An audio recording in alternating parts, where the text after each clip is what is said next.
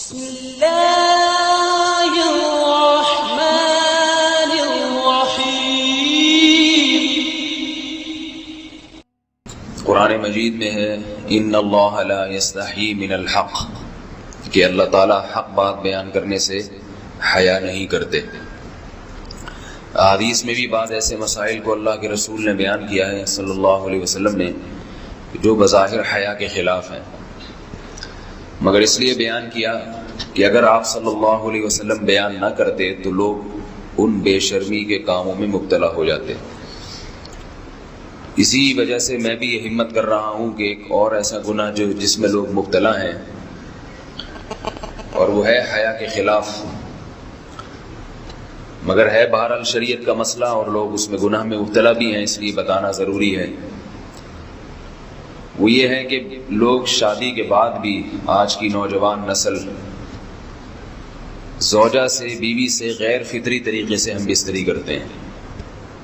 Internet پہ بیہودہ فلمیں دیکھتے ہیں تو جو چیز انگریزوں کی دیکھ رہے ہیں کہ ان کے کلچر آہستہ آہستہ میڈیا کے ذریعے ہمارے معاشرے میں بھی آ رہا ہے۔ اللہ کے رسول صلی اللہ علیہ وسلم نے لعنت فرمائی ہے، ایک روایت میں ہے کہ اللہ اس کی طرف دیکھے گا نہیں کہ جو اپنی زوجہ سے پچھلے راستے سے ہم بستری کرے گا۔ یہ بیماری بھی، یہ گندگی بھی لوگوں میں پھیلتی جا رہی ہے، خاص طور پہ جن کو لڑکوں سے بدفعلی کی عادت پڑ جائے تو وہ زوجہ سے فطری راستے سے ہم بستری نہیں کرتے۔ اللہ نے فرمایا کہ نساؤکم حرث لکم، یہ تمہاری زوجات ہیں، بیویاں ہیں، یہ نسل بڑھانے کے لیے ہیں۔ تو اسی راستے میں انسان اپنی خواہش کو پوری کر سکتا ہے جس راستے سے نسل بڑھتی ہے، اس کے علاوہ کسی اور راستے سے اپنی خواہش کو پورا کرنا یہ حرام ہے، گناہ کبیرہ ہے، گندگی ہے۔ ہمارے پاس کیسز آتے ہیں، ایک پاک دامن لڑکی کی شادی ہوتی ہے، لڑکا بھی بظاہر بڑا نیک، لیکن کیا ہے، لڑکا چونکہ ٹھرکی ہوتا ہے، شہوت کا درندہ ہوتا ہے، تو وہ یہ نہیں دیکھتا کہ میں اپنی بری خواہش مٹانے کے لیے میں اپنی زوجہ کو غیر فطری طریقے پر مجبور کیسے کر سکتا ہوں، تو مجبور کرتا ہے پھر اپنی بیوی کو۔ اس میں جو عورتیں زیادہ پاک دامن نہیں ہو، نیک نہ ہو، یا ان کو یہ ڈر ہو کہ طلاق ہو گئی تو ہم کہاں جائیں گے، وہ پھر اپنے شوہر کے ساتھ اسی غیر فطری طریقے پر آمادہ ہو جاتی ہیں، اور اس کا عذاب اور اس کا وبال یہ ہوتا ہے کہ کچھ دنوں میں ان کو بھی اسی کی لت پڑ جاتی ہے۔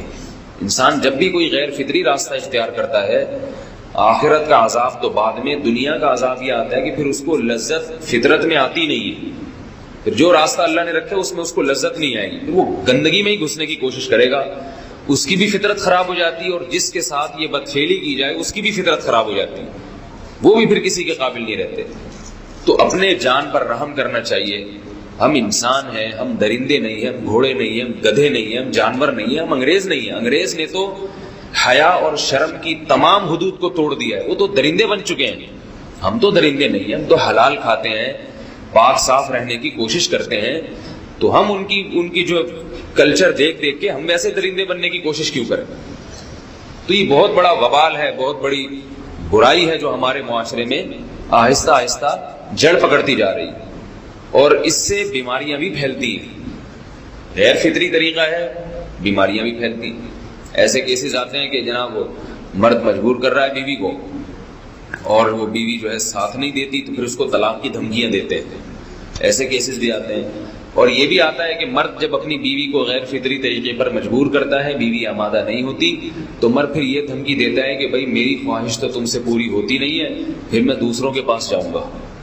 تو یاد رکھیں، جس عورت کا شوہر یہ دھمکی دے اس کو کہ میں زنا کروں گا اگر تم نے میری خواہش پوری نہیں کی غیر فطری طریقے سے، تو عورت اپنے شوہر سے کہہ دے کہ جاؤ تم کہیں اور جا کے منہ کالا کرو، تمہاری فطرت میں گندگی ہے تو یہ مجھے گندا بنانے کی کوشش نہ کرو، اس کو زنا کرنے دیں، وہ اللہ آخرت میں اس سے بھگتے گا۔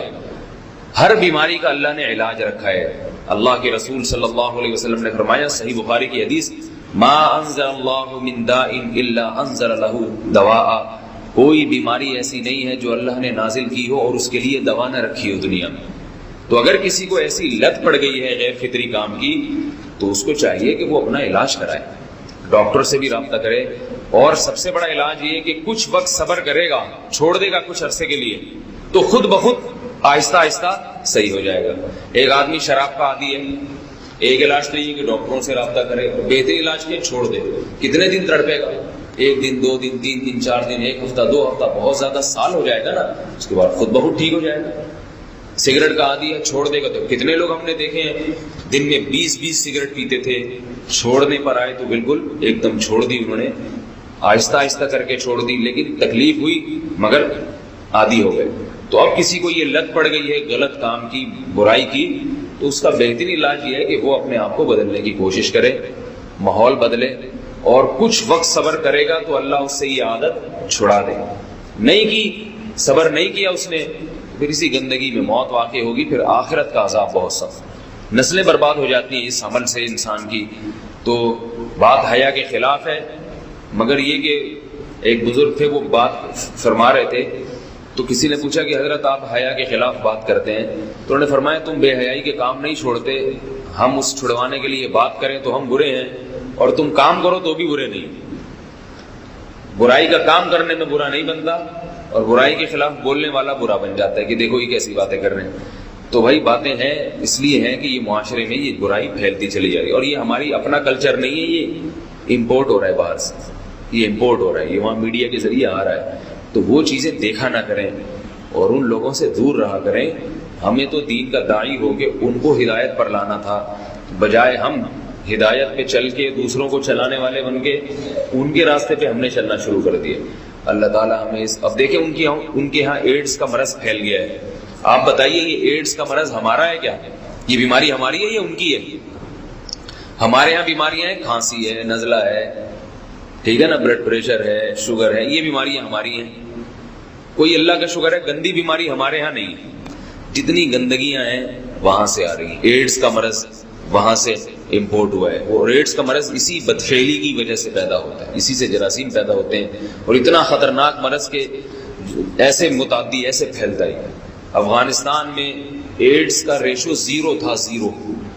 وہ جانتے نہیں تھے کہ ایڈز کا مرض ہوتا کیا ہے۔ جب سے امریکن آرمی، برطانیہ آرمی افغانستان میں آئی ہے، فوجی آئے ہیں، افغانوں میں ایڈز کا مرض پھیل گیا ہے، انہوں نے وہاں بدفعلیاں شروع کر دی ہیں۔ تو وہ تو حالانکہ ان کے لیے زنا کتنا سستا ہے، کتنا سستا ہے نا ان کے لیے زنا، پھر بھی وہ لڑکوں کی طرف مائل ہوتے ہیں۔ تو اتنی گندگی، ایسا گندا جب انسان بن جائے پھر اللہ اس کے وجود کو برقرار نہیں رکھتے، اور رکھتے ہیں تو پھر آخرت میں سزا دینے کے لیے اپنے آپ کو ان گندگیوں سے بچانا چاہیے، حلال پہ اکتفا کرنا چاہیے۔ اللہ تعالیٰ ہمیں حلال پہ قناعت کی توفیق عطا فرمائے اور پاکیزہ لوگوں میں ہمارا شمار فرمائے۔